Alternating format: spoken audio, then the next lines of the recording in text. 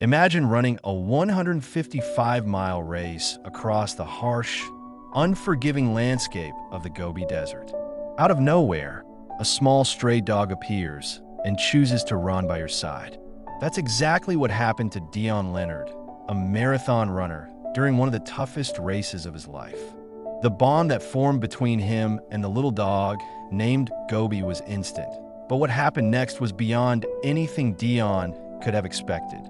Gobi ran nearly half the race with Dion, enduring difficult conditions just to stay close to him. But their journey didn't end when the race was over. I was at the race to compete and go for the win.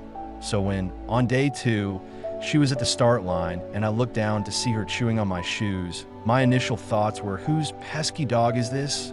Someone get this dog away. As the race was about to start, Gobi, definitely felt the instant connection. For me, it took a little longer to realize what was going on, but when I caught on, I was hooked. Dion shared with Bored Panda about his first thoughts of Gobi. Among all the runners, she picked him. Dion would glance down and see the dog running alongside him. And he named her Gobi. It was on day 3 of the race when Dion realized that Gobi had become more than just a stray dog running with him.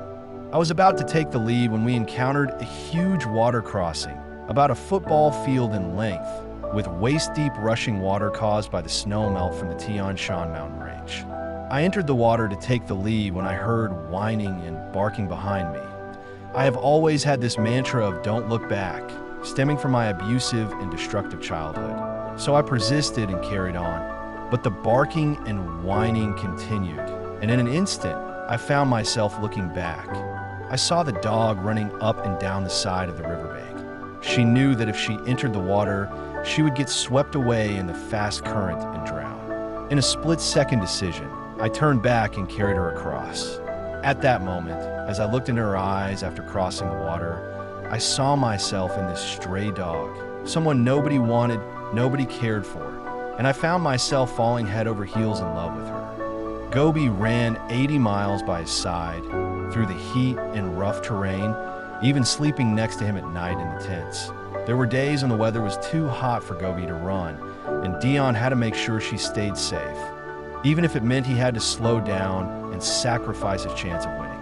Despite the challenges, their bond grew stronger. Dion realized that winning the race wasn't as important as staying by Gobi's side.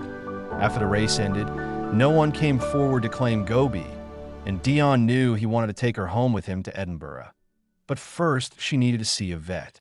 A local woman offered to help by taking Gobi to the vet because Dion couldn't stay in China.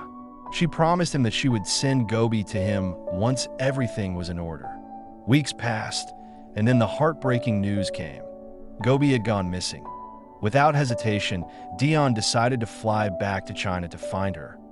When he arrived, Dion quickly set up a search team, enlisting the help of volunteers and local people. Posters of Gobi were hung all over the city, and everyone was on the lookout for the little dog who had captured Dion's heart. Then, one day, Dion received an unexpected call. A man and his son were walking through a park when they noticed a small dog following them. It looked just like Gobi. Dion rushed to the location. When he finally spotted her, Gobi recognized him immediately. We spent a few months living together in Beijing in an apartment complex while we completed the necessary blood tests and got her passport to travel back to the UK. This was really a big adjustment to start with, but she adapted incredibly well. She just seemed to pay attention and had a sixth sense for what was expected of her. She is truly so adaptable and amenable to change. It's unbelievable. Now, Gobi lives in Edinburgh, Scotland, with Leonard, his wife Lucia, and their cat Laura, and they travel the world together. The big test was coming home to Edinburgh, where she had to meet her cat sister, Laura, for the first time.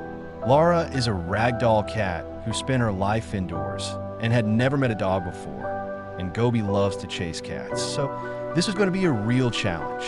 Amazingly, they both took it in stride.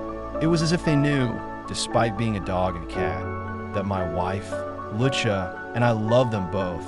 So they somehow sense they would be safe together. It's really odd because Gobi was so sweet and gentle with Lara. But with any other cat, look out.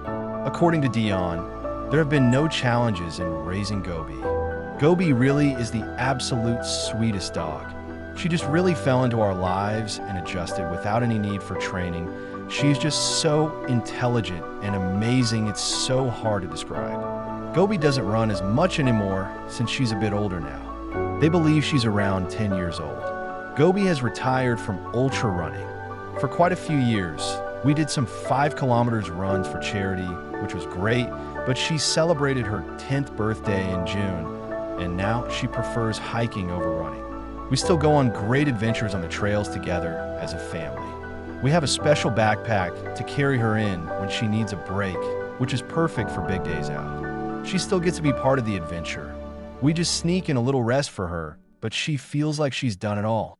We love spending every day together, whether we're adventuring on a trail or just hanging out on the couch watching Netflix.